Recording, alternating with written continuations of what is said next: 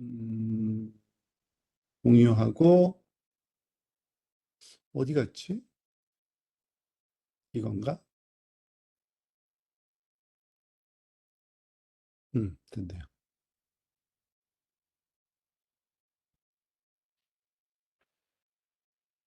이제 한번 해보도록 하겠습니다.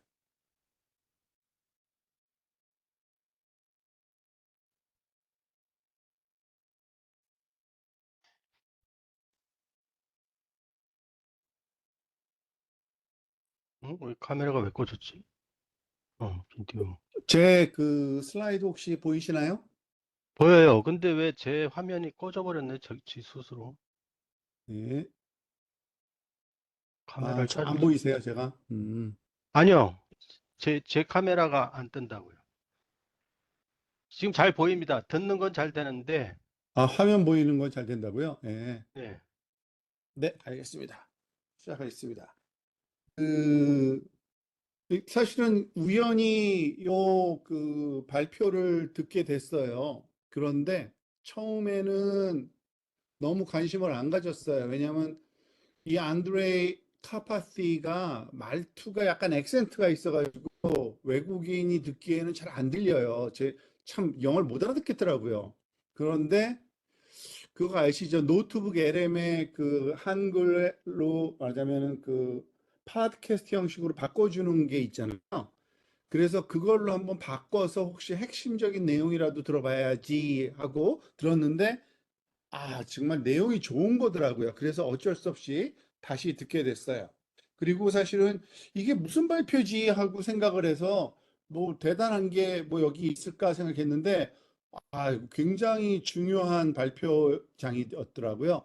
Y 컴비네이터인가 하는 어떤 그룹에서 하는 건데 일종의 스타트업 스쿨이라고 하는 건데 거기에 나와서 발표하는 사람들이 진짜 기라성 같은 사람들만 나와서 발표하는 걸요 알고 보니까 샘 알트만, 앨런 머스크, 파이파이 리, 그리고 뭐 순다이, 뭐 메이저 컴퍼니의 그 리더뿐만 아니라 앤드류 웅 그리고 이 사람 뭐 그 뭐죠 캐라스 청 개발한 등등등 했던 뭐 너무 길어서 여기에 굉장히 중요한 발표였구나라는 걸 나중에 알게 됐어요.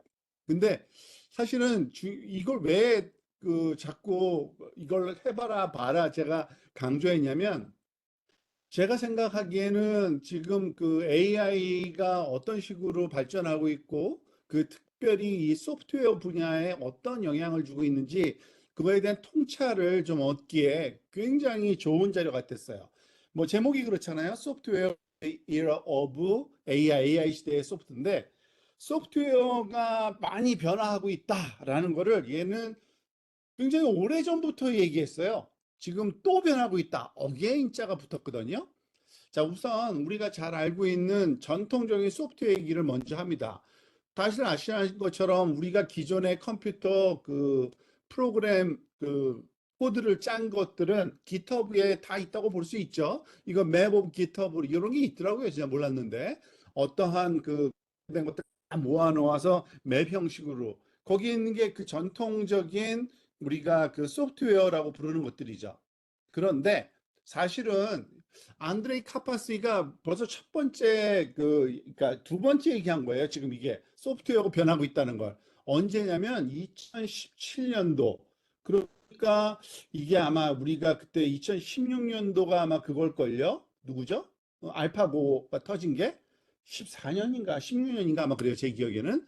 근데 어쨌든 그때쯤인데 그때 이미 얘가 그 이런 얘기를 했어요.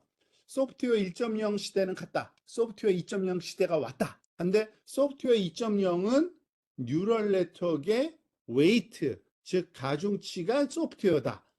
예전에는 프로그램 코드가 소프트웨어였는데 이제는 뉴럴 네트워크, 인공신경의 웨이트가 소프트웨어. 왜냐하면 거의 모든 소프트웨어가 하던 일을 이걸 바꿔서 할 수 있고 결국에는 그 프로그램마다 다른 거는 웨이트만 달라지는 거거든요. 그래서 이렇게 주장을 했었죠. 벌써 9년 전인가요? 8년 전이네요. 그죠? 자, 그래서 근데 그것도 생태계가 굉장히 많이 커졌어요. 지금 보다시피 여기 오른쪽에 보이고 있는 그림은 허깅 페이스의 모델 아틀라스라는 요 사이트도 있더라고요.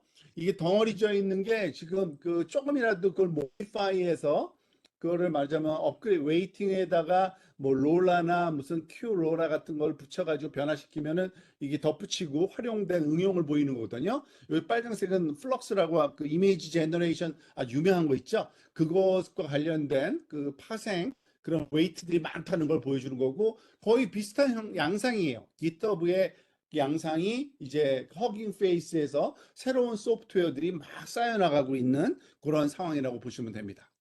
그런데 또 변하고 있어요. 언제 변했느냐? 지금 보면은 그 오른쪽 아래에 2019년이라고 되어 있잖아요. 지금 이게 그 아마 트랜스포머가 나왔을 때예요. 트랜스포머. 즉 그 소프트웨어 1점 다시 처음으로 돌아갈게요. 소프트웨어 1.0은 컴퓨터 코드로 컴퓨터를 프로그래밍하는 거. 그게 완전히 초창기고 최근까지 있었던 일이죠. 그런데 뉴럴 네트워크가 발달하면서 소프트웨어 2.0 시대는 가중치로 뭘 프로그램하냐? 뉴럴 네트워크를 프로그램해서 어떤 특정한 그 뭐 소프트웨어의 기능성을 그게 말하자면 알렉스넷 이후에 그러한 모든 경향이라고 볼 수 있죠. 그런데 이 트랜스포머가 그 도입되면서 LLM이 나오면서 이제 소프트웨어계도 바뀌었다고 주장을 하는 겁니다. 어떻게? 프롬프트라는 거를 써서 LML을 코딩하는 거죠. 왜냐하면 프롬프트가 바뀌면 LML의 동작이 바뀌니까요. 그래서 일종의 LML을 이런 식으로 해석하는 겁니다. 프로그래머블 뉴럴 네트워크로 그 이해하는 그러한 그 설명이라고 보시면 됩니다. 그래서 예전에 우리가 소프트웨어 1.0에서는 뭐 파이썬 코드 예를 들면 파이썬 코드로 semantic classification을 할 수 있었죠. 그 semantic classification 하는 방법을 이 왼쪽 코드로 한번 보여주는 거고요. 소프트웨어 2.0은 그걸 뉴럴 네트워크로 구현할 수 있었죠. 그래서 당연히 데이터를 가지고서 뉴럴 네트워크를 훈련시키면 그것을 말하자면 그 결과를 얻어낼 수 있었죠. 소프트웨어 3.0은 프롬프트로 그걸 할 수 있는 겁니다. 똑같은 거를.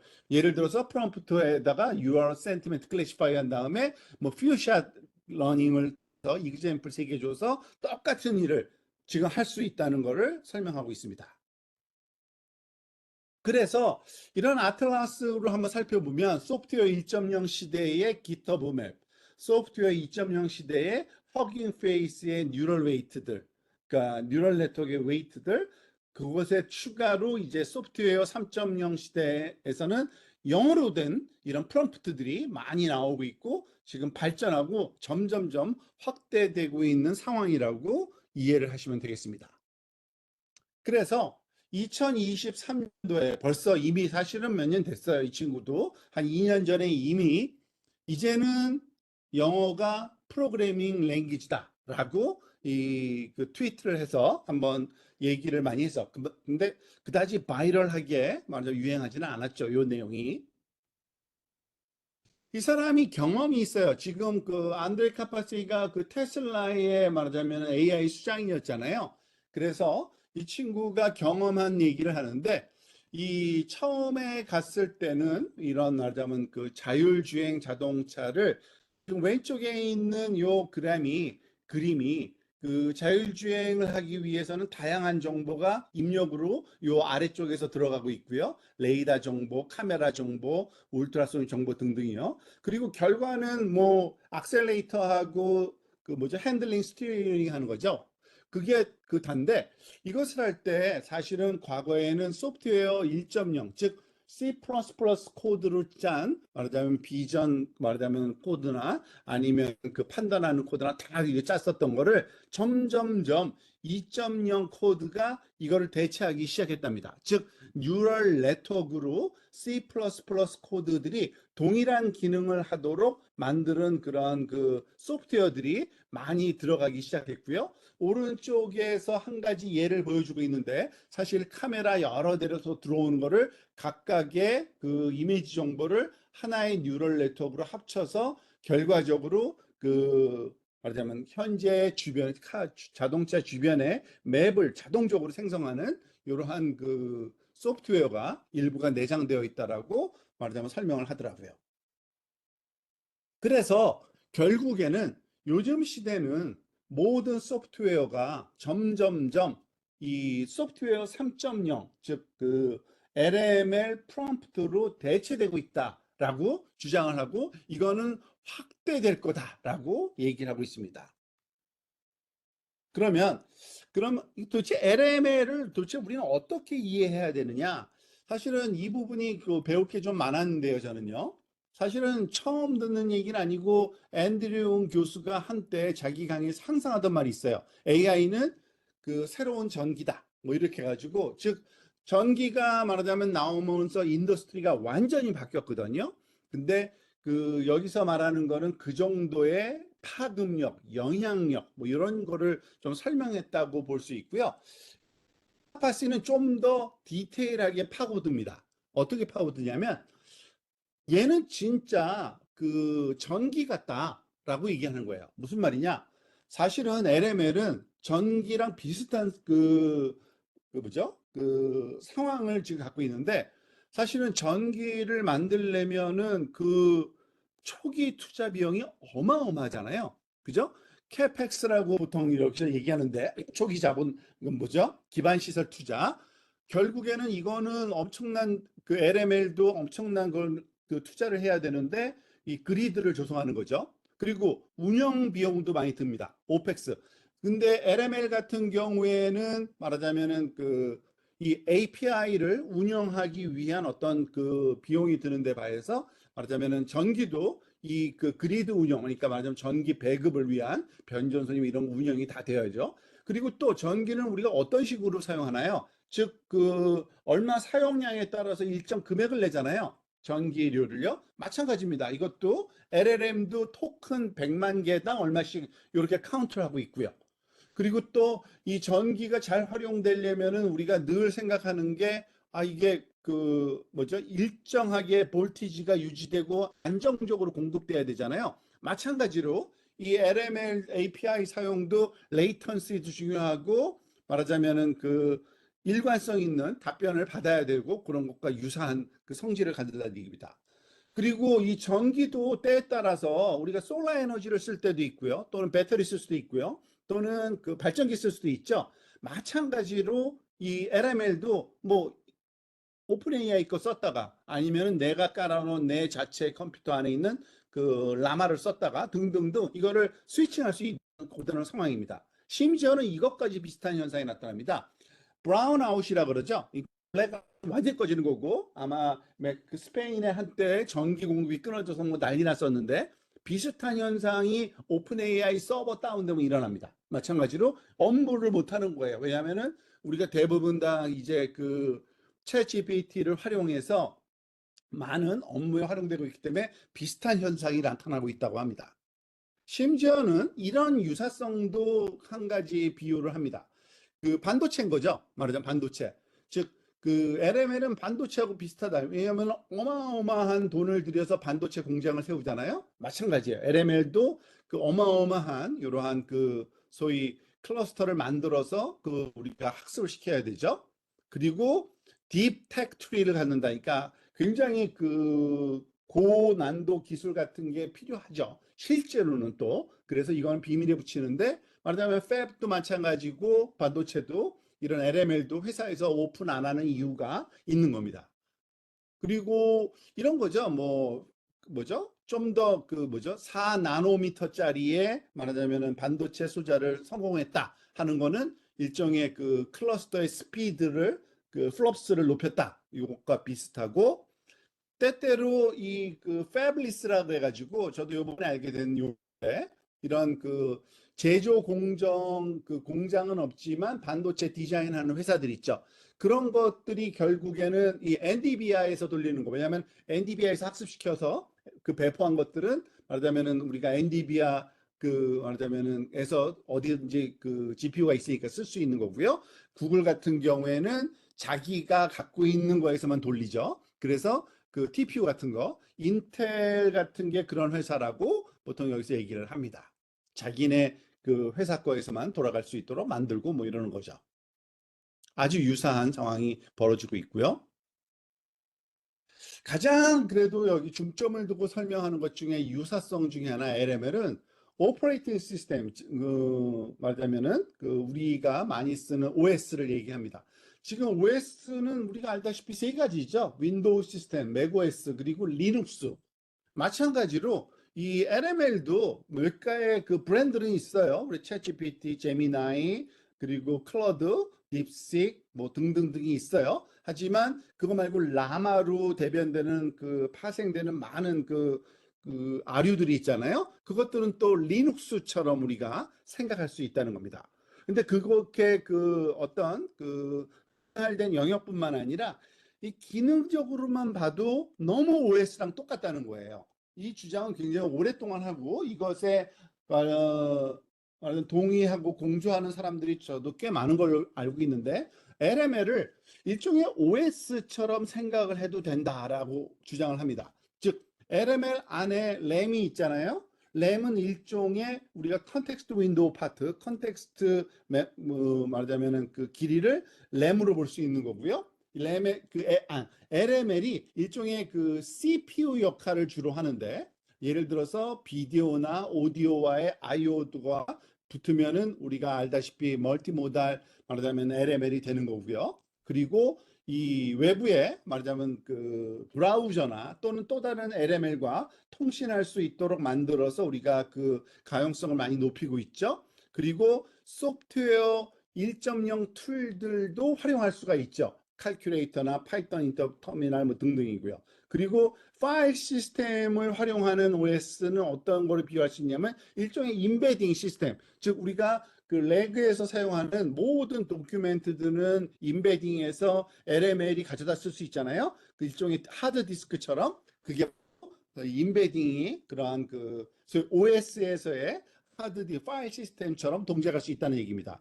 그래서 이러한 그 구조로 우리가 LML이 동작한다, OS처럼 동작한다라고 생각하면은 또 다른 어떤 그 필요성과 또는 그 발전 그 방향성에 대한 예측이 조금 그 쉬워지지 않을까라는 생각을 저도 해봤습니다.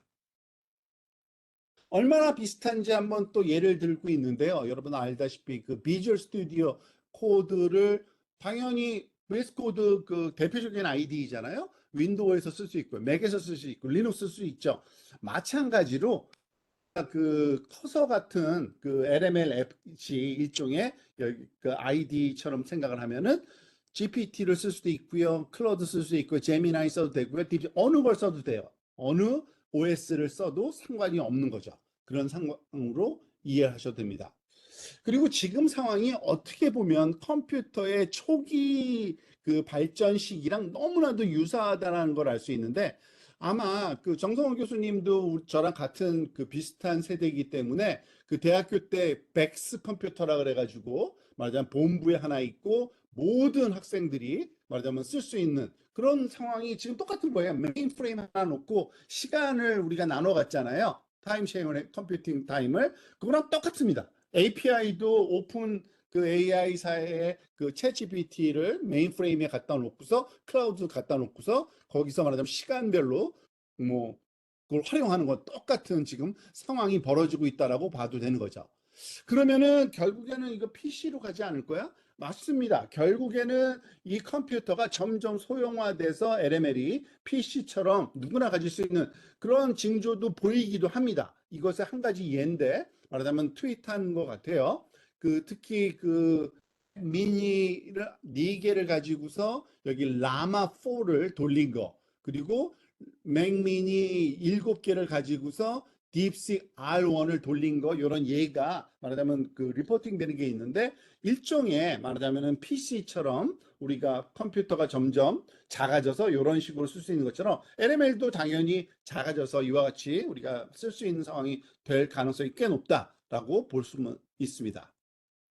그런데 요즘에 가만히 생각을 해보면 써보면 이 저자가 나는 이런 느낌이 든다라는데 챗GPT하고 대화할 때 아주 옛날에 이 터미널에서 그래픽 유저 인터페이스가 나오기 이전 시대 보통 구익은 70년대 이후부터 나왔다고 생각을 우리가 하는데요. 그 이전에 컴퓨터 쓰는 거랑 너무 비슷하다는 겁니다. 정말 그 터미널에다가 그냥 텍스트로 그러니까 컴퓨터를 쓰기는 쓰는데 LML이 OS인데 이 OS를 말하자면 명령어를 입력한 듯이 똑같은 그러한 상황과 너무 유사하지 않냐라고 말하고 있습니다. 그 얘기는 뭐예요?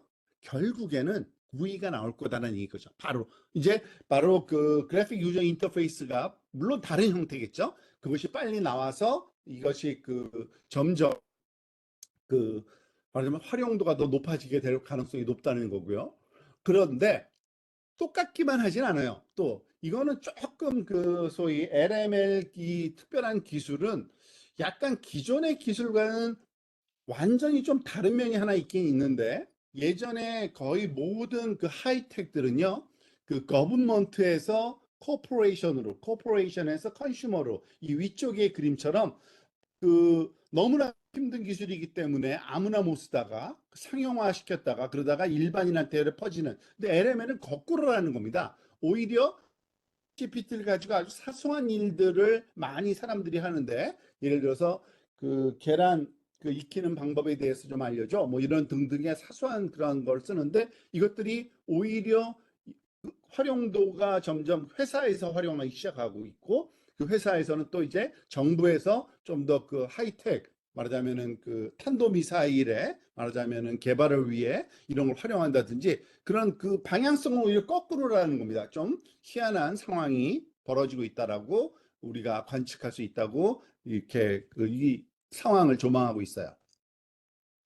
그래서 파트 1을 요약을 하면, LML은 일종의 반도체처럼 생각할 수 있고 OS처럼 생각할 수 있고, 특히 1960년대의 OS처럼 우리가 사용하고 있는 상황이고, 뭐 점점 타임 쉐어링하고 지금 분산형으로 쓰고 있지만, 모든 사람들이 이거를 접속해서 쓰고 있고, 아마도 우리가 이거를 빨리빨리 이제 프로그래밍, 그 당시처럼 각각의 단말기에서 프로그래밍하는 이런 상황이 되고 있다라고 현재 상황을 한번 요약을 했습니다. 이건 현재 상황이고요. 근데 LML을 잘 쓰려면 LML을 좀 더 잘 이해할 필요가 있는데, 그래서 LML 사이콜러지라는 내용을 합니다. 많은 사람들이 이거는 공감할 거예요. 여기 안드레 카파시는 LML을 일종의 스토캐스틱 시뮬레이션 오브 피플, 즉 사람들의 말을 말하자면 훈련시킨 거니까 결국에는 통계학적인 어떤 시뮬레이션이다. 보통 그리고 우리가 알다시피 트랜스포머고요. 트랜스포머는 오토 리그레시브 한 방법으로 학습시키잖아요. 시뮬레이션 그런 식으로 했을 뿐이지, 어쨌든 사람들의 어떤 통계학적인 평균值, 그래서 일종의 그런 여기서는 저는 심리 사이콜러지를 얘기할 때 사람의 마음을 얘기할 걸로만 생각을 했는데, 사람의 생각하는 방법론 뭐 이런 것까지도 사실은 심리 범주에 다 들어가는 것 같아요. 그런 의미에서의 사이콜러지를 말하자면 얘기하는 것 같고, 일종의 사람의 통계학적인 시뮬레이션이 이런 LML의 말하자면은 가장 핵심적인 특징이다라고 얘기하는데, 우리가 알고 있는 문제점을, 그러니까 독특한 점, 사람은 사람인데 조금 독특한 사람인 거죠. 어떤 사람이냐면은 뭐 천재입니다. 일종의 잘 아시는 것처럼 encyclopedic knowledge memory, 우리가 잘 알고 있는 레인맨처럼 본 거는 다 외워버리는 거죠. 그런 특성이 있고, 헐루시네이션 특징이 좀 있고, 그렇지만은 그 지능이 또 완벽하지는 않은 거예요. jagged intelligence, 우리가 잘 알고 있는 몇 가지 예가 있는데, 9.11이 9.9보다 크다라고 잘못 대답하는 경우도 있고, 스트로베리의 R이 2개뿐이 없다라고 대답하는 경우도 있는데, 이거는 뭐 수정되어 나가긴 합니다만, 천재는 천재인데 우리가 예상치 못한 아주 단순한 것에서 틀리는 그러한 독특한 성질 갖고 있는 천재라고 보시면 되고요. 또 하나, 기억을 못한다는 특징이 있죠. 우리가 잘 알고 있는 건망증이 있는 건데, 사람하고 달라서 사람은 그 대신 어떻게 외우나요? 사실은 우리가 잠을 자는 동안 말하자면 그날 배우고 느낀 거를 장기 기억 속에 넣어서 일종의 가중치를 바꾼다라고 우리가 뉴럴 네트워크에 할 수 있는데, 그런 기능은 없습니다. 그게 우리가 잘 알고 있는 또 한계고요. 뭐 그걸 영화로 만든 메멘토나 또는 50 First Dates라는 이런 영화도 있었는데, 그 다음날 다시 리셋되는 거죠. 모든 기억이. 그런 문제점이 좀 있고요. 또 하나, 딜러빌러티라 그래가지고 좀 속기 쉬운 거죠. 그 인젝션이라 그래서 인젝트 되는 프롬프트에 따라서 말하자면 잘 동작하기 때문에 그것에 대한 그 가드레일이 없으면 잘못 동작하는 그런 얘도 우리가 많이 관측하고 있습니다, 사실은요. 그래서 이런 그 특징이 있는, 예를 들어서 일종의 그거죠. 뭐 kind of lossy simulation of sa방 with cognitive issue. 기억하는 데서 약간의 문제점은 있는 천재는 천재인데 일종의 그런 그 특징을 갖는 그 지능이다라고 이해하고서 사용해야 된다는 겁니다. 자, 그럼 이걸 갖고 뭘 할 수 있을까? 그런 기회에 대해서 한번 생각해 보겠습니다. 보통 그 부분적인 자동화 앱을 만드는 게 말하자면 요즘에 가장 말하자면 성공한 사례들이에요. 여러분 아시다시피 그 코파일럿이나 그 커서 이런 것들이 가장 그래도 뭐 성공적인 LML 사례라고 생각할 수 있는데요. 자, 요 내용은 우리가 뭐 그 LML을 갖다가 말하자면 챗GPT에다가 어떤 코드를 뭐 짜줘, 뭐 에러를 찾아줘, 뭐 얼마든지 할 수 있습니다. 근데 그거는 조금 그 터미널 단계고요. 우리가 알다시피 커서가 가장 그래도 성공한 지금 한 사례인데 어떤 식으로 되어 있는지 그 구조를 한번 살펴볼 필요가 있습니다. 즉, 이 구조를 가만히 보면요. 커서를 써본 사람은 다 아는데 커서는 그냥 그거예요. VS 코드랑 똑같아요. 오른쪽에 이런 빨간색 창 추가적으로 창이 하나 붙은 VS 코드입니다. 그래서 VS 코드를 고쳐서 만들었기 때문에 그런데 어쨌든 VS 코드처럼 트레디셔널 인터페이스 전통적인 그런 그 인터페이스 있고요. 여기 오른쪽에 LML을 추가적으로 말하자면 더 덧붙인 그런 형태인데요. 얘가 그 결국에는 그 뭐죠? 그 LML을 말하자면 활용하기 전에 앞서서 그 모두 그러니까 필요한 리소스들을 스테이트 상태를 모두 하나로 덩어리를 져서 이렇게 만드는 그러한 형태를 띠고 있고 그리고 그 다양한 어떤 그 모델들을 잘 오케스트레이션하는 그러한 장점을 갖습니다. 즉 인베딩 모델도 써야 되는데 그 안에 내장되어 있고요. 채팅도 해야 되는데 채팅 모델도 있고요. 그리고 서로 다른 모델들의 차이점을 구분할 수도 있고요. 등등등 그런 거를 잘 조절해 주는 역할. 또 하나 그 어플리케이션 스페시픽 GUI입니다. GUI는 GUI인데 응용 프로그램 응용하고자 하는 분야에 맞게 만들어져 있다는 거죠. 이거는 당연히 프로그램 개발이니까 프로그램 개발자들이 늘 쓰던 GUI와 추가적인 채팅 하나 더 넣은 거 그게 다예요. 그런데 또 다른 특징 중에 하나는 요겁니다. 어토노미 슬라이더라 그래서 즉 이 그 자동화를 한 가지 종류가 아니라 자동화를 조금만 한 중간 정도만 아니면 거의 모든 거를 다 이런 식으로 우리가 막 바꿔서 쓸 수 있게 해놨어요.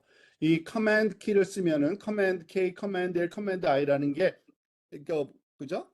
스페셜 키 코드인데 커맨드 K는 특정한 부분만 자동 그 LML한테 부탁하는 거고요. 커맨드 L은 파일을 LML한테 부탁하는 거고.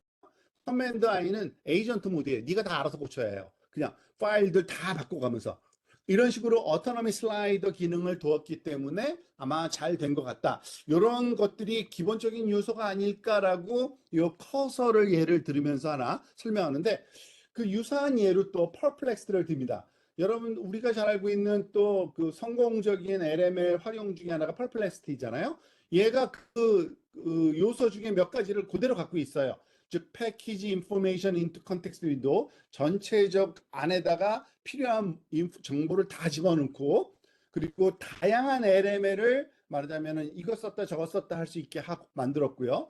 오토노미 슬라이더도 여기 존재합니다. 일종의 그냥 서치와 리서치와 딥 리서치에서 말하자면은 그 자동적으로 그 정보를 정화시키고 말하자면 지능적으로 말하자면 그거를 정리하는 방법에 자동화 정도를 마음대로 조정할 수 있게 해서 한 성공적인 사례가 아닌가라고 설명을 해주더라고요.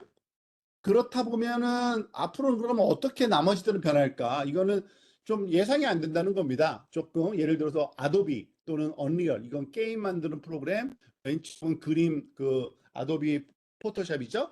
너무나도 버튼이 많거든요. 그리고 그 사람이 조정해야 될 것들, 이런 걸 도대체 어떤 식으로 가야 될지, 아마 어떤 식으로 가든지 간에 그 부분적으로 자동화가 되면서 활용될 가능성이 꽤 높다라고 설명을 하고 있습니다.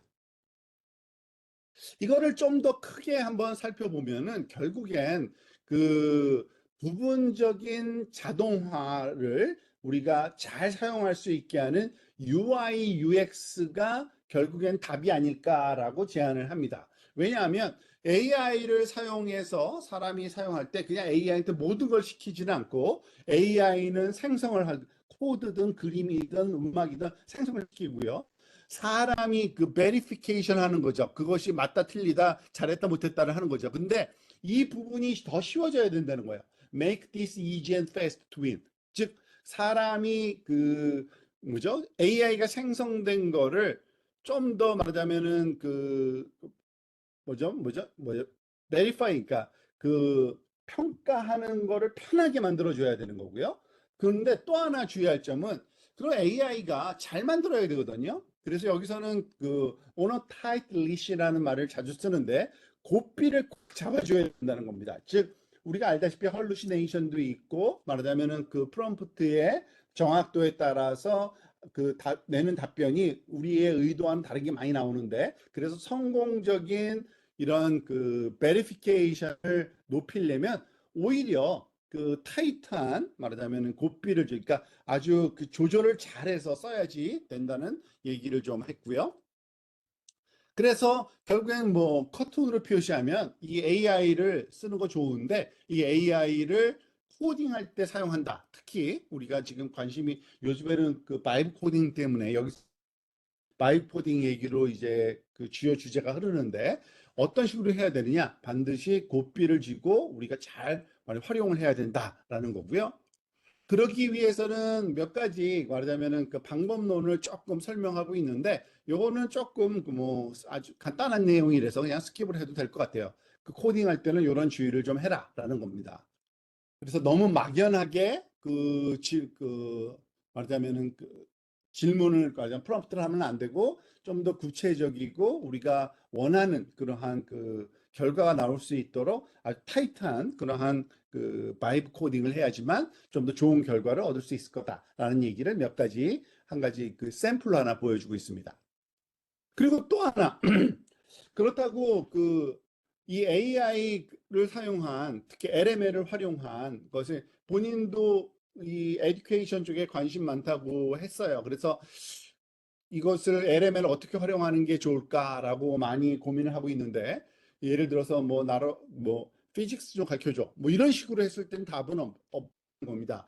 오히려 부분을 나눠서 말하자면 해야 할 타스크를 좀 나눠서 티처 파트하고 스튜던트 파트를 나눠서 티처 파트에서 해야 될 일을 AI로 좀 한다든지 코스를 잘 만드는 거 그리고 이 학생들의 말하자면은 학습을 도와주는 AI를 또 만들어서 학습을 이런 작은 규모의 말하자면은 그 소위 AI 앱을 만들어서 활용하는 것이 좀 더 현실성이 있고 오히려 말하자면 뭘 해야 될지 모르는 거죠. 예를 들어서 뭐 AI를 통해서 수학을 잘 공부할 수 있는 앱을 만들자 하면 어떤 답이 나올 수 없다는 겁니다. 전혀. 그렇지만은 수학을 말하자면 공부시키려고 하는데 말하자면은 필요한 말하자면 교재를 만드는 정확한 앱을 만든다든지 사실은 이쪽으로는 제가 굉장히 많은 관심이 있어서 문제 생성 또는 강의 생성 또는 이런 것들을 지금 하고 있는데 이런 쪽이 오히려 현실성 있는 어프로치다라고 많이 제안을 하고 있습니다.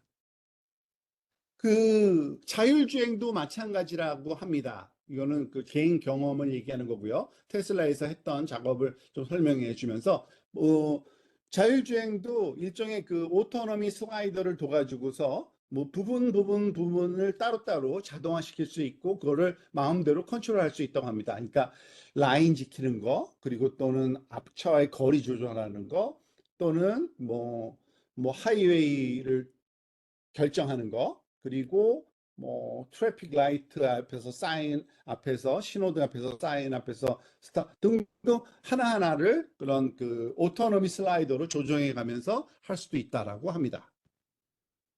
그런데 이 그 완벽한 그러면은 자율주행은 언제나 가능할까?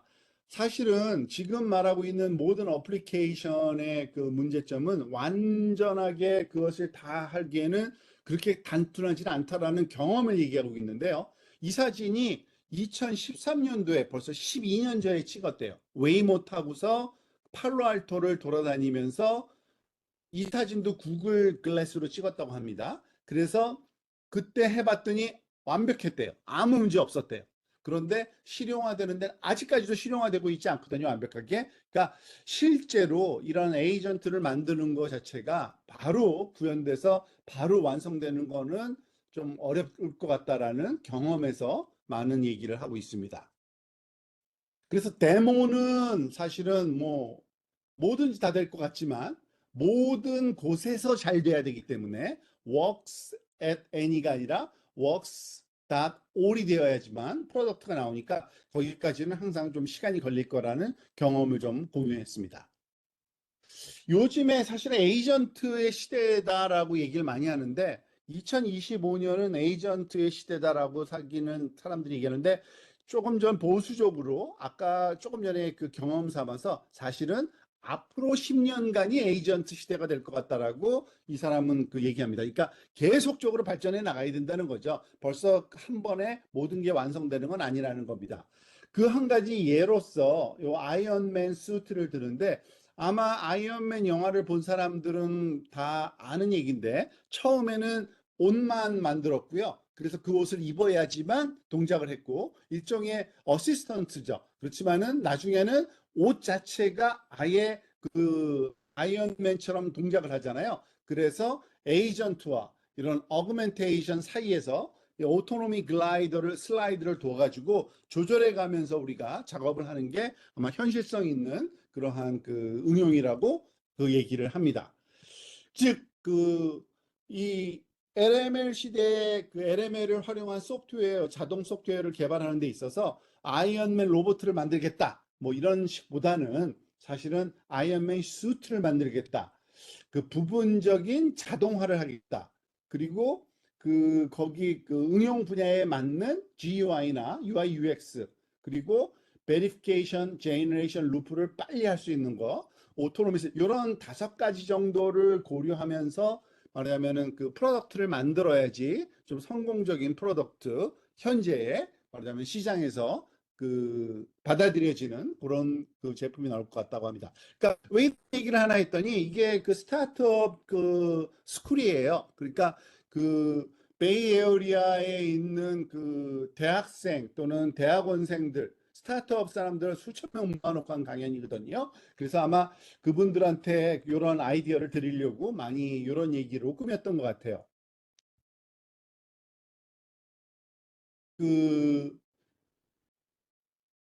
이 바이브 코딩 얘기로 이제 조금 움직여가는데 아마 한번 제가 얘기를 한번 했었죠. 맞아. 다른 강의지만 우리 그 소위 AI 소모임 그 교수님들한테 바이브 코딩 얘기하면서 설명드린 건데 얘가 만드는 용어예요. 안드레 카파시가 올해 2월에 바이브 코딩이라는 요 단어를 처음 이제 소개를 했죠. 사실은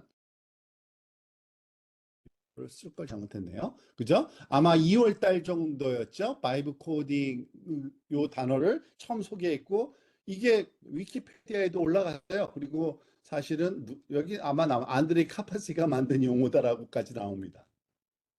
그리고 요거는 그 허깅 페이스의 그 공동 창업자 중에 한 명이 올린 건데 그 바이브 코딩의 지금 상태를 저 애기들이 지금 말하자면은 이건 러버블 가지고 뭐 설명했다고 하던데 아마 그 여기에 링크 있으니까 요 그 텍스트 슬라이드 제가 링크 걸어놨으니까 한번 살펴보시기 바랍니다.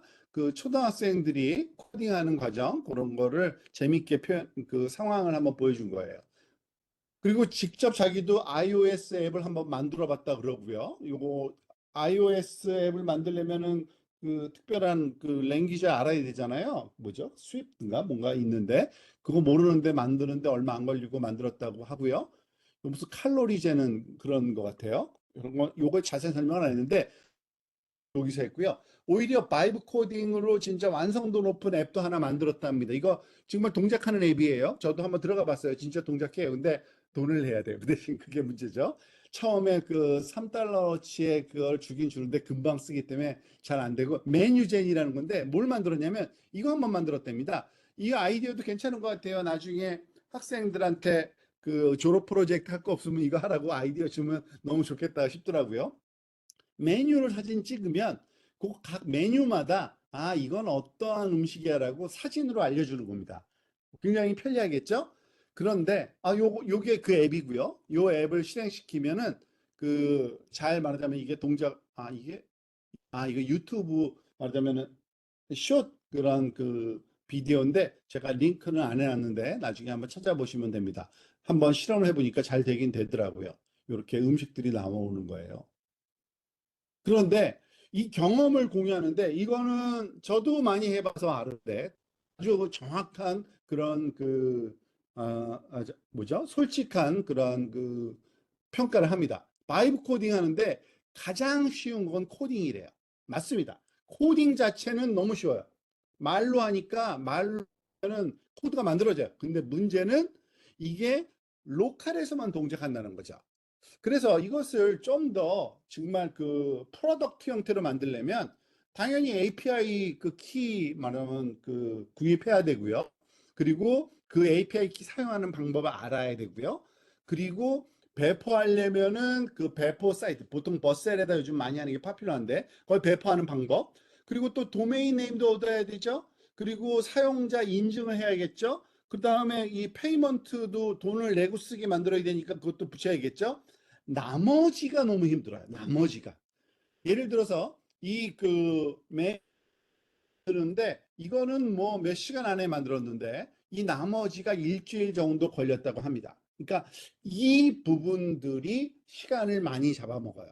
그리고 앞으로는 아마 이 부분들을 굉장히 빨리 할 수 있고 자동화하는 이러한 그러한 움직임들이 실제로 있긴 있어요. 지금도 뭐 메이크라든지 뭐 NAN이라든지 자동화시키는 모든 프로시저를 자동화시키는 이러한 툴들이 만들어지고 있는데 그거 갖고 부족하고 이것들 즉 사용자가 이것들은 대부분 다 사용자가 웹사이트 방문해서 클릭 해가지고서 해야 되는 것들이에요. 그런 것들을 자동화해주는 그런 AI가 앞으로 굉장히 많은 그 소위 발전을 또 할 거라고 예상을 합니다. 지금 여기에 구글 로그인 그 어센티케이션 하는 거인데 이거 읽어야 될 게 너무 많아요. 이해하려면. 근데 그거 너무 복잡해서 못하겠다. 나도 하기 싫다라는 겁니다. 저도 동감을 합니다. 그래서 결국에는 이 에이전트를 구성하는 데 있어서 새로운 그러한 그 말하자면 특화된 분야들이 지금 나오고 있는데 즉 뉴 카테고리입니다. 컨슈머 또는 매니플레이터 디지털 그러니까 디지털 정보를 말하자면 소화해내고 매니지할 수 있는 이런 에이전트를 만들어야 되는 거죠. 사람을 위해서는 그냥 GUI를 만들고요. 보통 우리가 컴퓨터를 위해서는 API를 만드는데 사람이 하는 것 같은 그런 에이전트들, 컴퓨터의 그 브라우저에 클릭 하는 것들, 이런 것들을 대신할 수 있는 게 필요하다는 얘기입니다. 그래서 사실은 이것도 이미 많은 움직임이 일어나고 있는데 그것을 좀 더 자동화시키고 말하자면 좀 더 그 LM에 친화적으로 만드는 그런 움직임이 지금 저는 몰랐어요. 요 강연을 듣기 전에는 그 제가 눈치 못 채고 있던 부분인데 이미 많이들 벌어지고 있더라고요. 즉 웹사이트 자체를 사실은 그 웹사이트에 있는 정보를 이해하는데 우리가 그 여러 가지 방법이 있어요. 웹 크롤링 방법이 있습니다. 그런데 그거보다 LML이 이해하기 쉽도록 아예 LML 친화적인 웹사이트 정보 제공 방법을 표준화하자라는 운동이 있더라고요.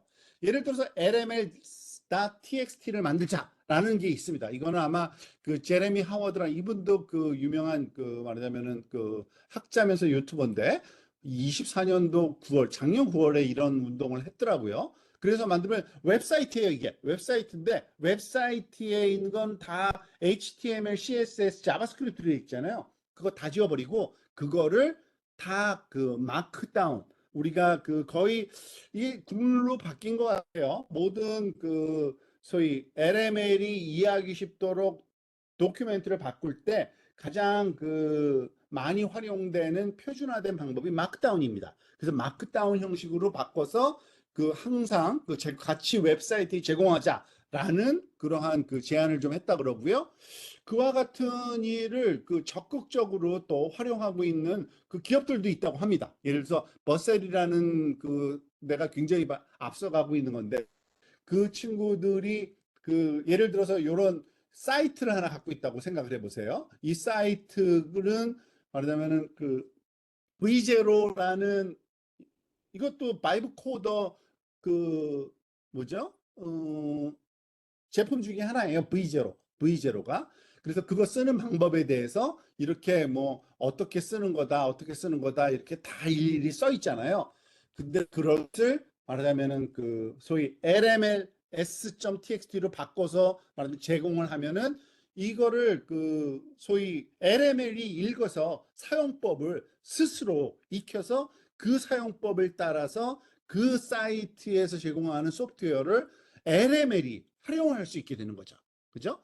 그러다 보면은 몇 가지 의문이 들긴 합니다. 그렇다고 정보를 이해하는 건 좋겠지만 클릭 같은 건 어떻게 해? 아, 당연히 클릭 같은 것도 잠깐만요. 요게 순서가 좀 바뀐 것 같아요.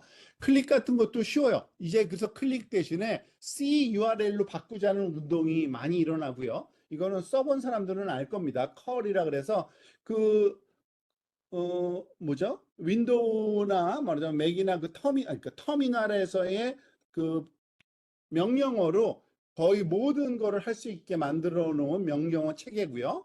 그리고 아마 MCP에 관해서 굉장히 많이 들어봤을 거예요. MCP가 일종의 그런 겁니다. MCP가 다른 소프트웨어를 LML이 쉽게 활용할 수 있도록 만들어주는 프로토콜을 만들었어요. 그리고 그 프로토콜을 사용할 때 말하자면 필요한 정보는 그냥 JSON 파일 하나예요. 그러니까 결국에는 그 소프트웨어를 활용하는데 말하자면 우리 사용자 유저 인터페이스 측면에서는 그 뭐죠? 사람이니까 휴먼 GUI에서는 클릭과 말하자면 마우스 스트레칭 이런 거지만 그 LML 측면에서는 말하자면 그 기능을 활용할 수 있는 그 명령어를 사용한 방법이 필요한 거잖아요. 그게 바로 MCP인 거예요, 사실은. MCP의 핵심이 그겁니다. 그래서 이게 뜨고 있는 거고 그와 같은 맥락으로 이해할 수 있고요. 이건 메인이면 아마 아시는 분들 많을 거예요. 매스매티컬 애니메이션 엔진인데 다 텍스트로 애니메이션을 만들 수 있도록 그 3blue 1 brown이라는 사이트에서 개발해서 말하자면 배포해 주는 건데 수학적인 어떤 그 그림이나 아니면 수식이나 아니면 슬라이드나 뭐 이런 거 만드는데 너무 좋거든요. 이게 다 그 텍스트로 되어 있기 때문에 이것을 가지고 명령을 하면 LML이 이 애니메이션을 잘 만드는데 그러니까 LML 친화적인 도큐멘테이션으로 만들어져 있기 때문에 우리 활용도가 굉장히 점점 높아지고 있다라고 이해하시면 되는 겁니다. 그런 운동이 몇 가지 더 있더라고요. 그 Git Ingest라는 그 사이트가 있어요. Git Ingest. 이 사이트에 가서 Git을 주소를 입력하면 이 왼쪽에 있는 것이 이게 Git에 우리가 보는 리포지터리가 보통 이렇게 되어 있잖아요. 근데 그거를 LML 친화적으로 바꿔줍니다. LML 친화적인 게 뭐냐? 이걸 분석을 해서 Git의 그 파일 스트럭처를 다 그 그림으로 만들어내고요. 그리고 또 이 Git에 있는 그 정보들을 하나의 파일로 다 뭉쳐줘요. 뭘로? 마크다운으로 만들어줘요. 그래서 이것을 가지고서 말하자면 요약본도 나오고요. 누가 봐도 그 LML 친화적인 정보로 바꾼 겁니다. 아, 이 내용의 요약은 이거고 얘의 파일 스트럭처는 이렇게 되어 있고 얘의 정보는 여기 하나의 파일로 그냥 몽땅 다 긁어서 주는 겁니다. 이게 동작하고 있더라고요. 또 심지어는 데븐이라는 회사, 사실은 커서라는 게 유행하기 전에 그 코딩을 해줄 수 있는 아마 가장 발달된 그 에이전트 만든 그 그룹이 데븐이라는 데인데 이 데븐에서는 딥위키라는 걸 만들어서 배포했다고 합니다. 이거는 이 기트의 말하자면 구조를 이렇게 그림적으로 그래프로 다 설명을 해주는 사이트래요. 그래서 요거를 주면은 훨씬 더 잘 이해를 하는 거죠. 기트의 정보. 그러니까 이 얘기를 왜 하는 거냐면 사실 바이브 코딩에서 많은 단계가 있는데 좀 더 복잡한 바이브 코딩들은요. 코드 베이스라 그래가지고 이미 알려진 기트에 놓여져 있는 리포지터리를 가져다가 조금 개선하면서 더 기능을 부과할 수가 있거든요. 그럴 때 그거를 일일이 새롭게 이해할 필요가 없는 거죠. 그 git 안에 있는 모든 코드 베이스의 스트럭처를 이해한 상태에서 부가적인 작업을 할 수 있으니까 굉장히 편리할 겁니다. 물론 완벽하게 사람이 하는 거를 다 대신해주는 그런 식의 시도도 있습니다. 아마 요거 링크 있으니까 요 링크를 한번 따라가 볼까요? 이 오픈 AI에서 이미 제가 기억하기로는 이게 언제였는지 모르겠어요. 여기 있네. 아, 있네요. 올해 1월입니다. 발표를 했어요. 인트로듀싱 이거 오픈 AI 사이트예요. 거기 안에 블로그입니다. 요 사이트인데 여기서 지금 하고 있는 이게 아마 베타 버전인가 막 그럴 건데 별거 아니에요. 그러니까 그 뭐죠? 브라우저를 LML이 그래픽하게 그러니까 멀티모달로 이해해 가지고서 어느 부분을 버튼을 눌러야 되고 어느 부분을 카피해서 어느 부분에다가 어느 폼에다가 입력을 해야 되고 그거를 다 이해하고 그거를 사람 대신 해주는 그러한 그 오퍼레이터입니다. 그러니까 어떻게 보면은 사람한테 특화되어 있는 GUI를 LML이 쓸 수 있게 만들어 놓는 그러한 그 앱인데 요것과 또는 완전히 사람이 하는 것과 그 사이를 왔다 갔다 하는 게 오토노미 슬라이드라고 여기서는 지금 얘기를 하고 있는 건데 그 자동화의 말하자면은 그 강도를 조절할 수 있게 하는 그런 그 UI가 있는 그러한 앱이 지금 활용도는 가장 높고 오히려 소위 더 말하자면은 성공 가능성이 높은 그러한 앱이 아닐까라는 제안을 하면서 이렇게 마칩니다. 여기까지가 안드레이 카파시가 소프트웨어의 변화 그리고 LML을 어떠한 식으로 활용한 앱을 만들 것인지에 대한 좀 제안을 몇 가지 한 종합적인 내용이라고 하겠습니다. 즉 마지막에 역시 이 아이언맨 하나 보여주면서 결국엔 에이전트로 가겠지만 어그멘테이션 정도의 수준을 조금씩 높여가는 이러한 앱을 만들어서 말하자면은 출시하는 게 좀 바람직하지 않을까라고 생각한다고 주장합니다. 네, 좋은 발표 잘 들었습니다. 아, 공실우 교수님 들어오셨군요. 네, 혹시 질문이나 또는 의견을 주십시오. 저는 굉장히 공감이 많이 됐고요. 특히 아까 정성 교수님 말씀하신 것처럼 저도 이제 한번 인더스트리 경험을 해보고 싶어서 이제 창업을 해보니까 얘 말을 다 알아듣겠어요. 그러니까 너무 창업자들한테 진짜 필요한 얘기를 다 해주더라고요.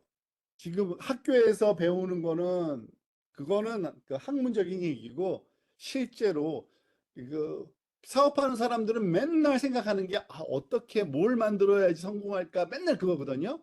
그런데 지금 추세가 뭔지를 대충 알겠더라고요. 이 얘기를 들으면서 그리고 OS 비유 그리고 반도체 비유, 전기 비유를 들으면서는 거기서 미싱 파트가 몇 개 있거든요. 결국에는 이런 게 필요하겠다라는 그런 응용 프로그램들, 그러한 아이디어를 줄 수 있는 어널러지를 굉장히 많이 주더라고요. 그래서 아주 유익한 그러한 강연이었어요, 저는.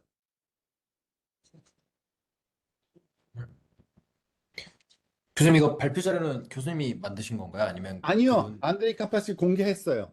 그, 아, 그 비디오에 거기 올려 있어요. 아, 아니 막 최근에 그 생성형 AI 특강 이런 거 들으면 죄다 무슨 GPT, 제미나이 이런 거 비교하고 있어가지고 이거 아직도 이런 거 하나 했는데 이분은 굉장히 네. 재밌게 구성을 해주셨네요. 그러니까 얘가 바로 그러니까 리서치 쪽은 얘는 인더스트리 마인드를 가지고 최첨단을 갖고 음. 있더라고요. 보니까. 되게 좋은 것 같습니다. 이거. 네. 제가 앞부분을 안 들어서 혹시 영상 링크 같은 거 있으면 거기 나중에 링크 거기 다 있고요. 우리 그 네, 사이트에 네, 오리지널 영상 링크 있고요. 요것도 음, 녹화를 지금 제가 하고 있으니까 다시 올라올 네, 거고요. 아, 끝나면. 알겠습니다. 감사합니다. 그래서 어, 사실은 그걸 사실은 너무 그 필요성이 그 바이브 코딩에 대해서 필요성 때문에 그 수업을 하나 만들어야 되는데 하면서 요번에 그 신청할까 하다 봤더니 그것도 내년에 하는 거더라고요. 다음 학기 연구해가지고 얼마 전에 융합형 뭐 강좌 신청 하나 올랐었거든요. 네, 그래서 아유 그러면 내년이면 너무 늦다 관두자고 안 했어요. 아이고, 내년이면 너무 늦죠. 올해 해야 돼 그렇죠. 올해 지금 요번 2학기 때. 요즘 1년은 옛날 100년인데. 아니 진짜예요. 정말 너무 빨라서. 그래도 지금이라도 약간 비슷한 이름으로 일단 올려놓으시고 다음 학기에 또 글쎄요, 바뀌면 뭐라도 네. 하나, 근데 지금 그래서 지금 계속 지켜보고 있는 거예요. 도대체 어느 그 학교에서 허용되는 걸로 해야 되니까 음, 지금 다 정해놨는데 그 학교에서 허용된 방법만 찾고 있는 거예요. 그러니까 바이브 코딩과 창업이라는 걸 무조건 다음 학기에 어떻게든지 좀 하고 싶거든요. 그러니까 저 혼자 아, 하려는 건 아니고 관심 네, 있어 하시는 교수님 한두 분 더 그 참여하면서 음, 그래야지 바이브 코딩도 더 공부를 정확하게 할 수 있고요. 사실은 맞습니다. 강의를 가르쳐야지. 음, 왜냐면 그 라이츠 사업 저희 그 뭐지? 다른 대학교랑 같이 해가지고 조문석 단장님인가 노광훈 교수님이랑 같이 냈던 게 딱 그 창업을 위한 AI 교육 쪽이어가지고 그렇구나. 맞다, 네, 맞다. 그것도 괜찮겠네요.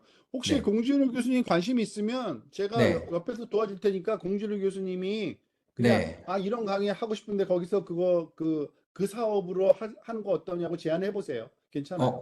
그때 사실 그 부분을 저랑 강민성 교수님이 써서 드렸어가지고 아마 그러셨어요? 연락이 그럼 됐. 올 것 같습니다.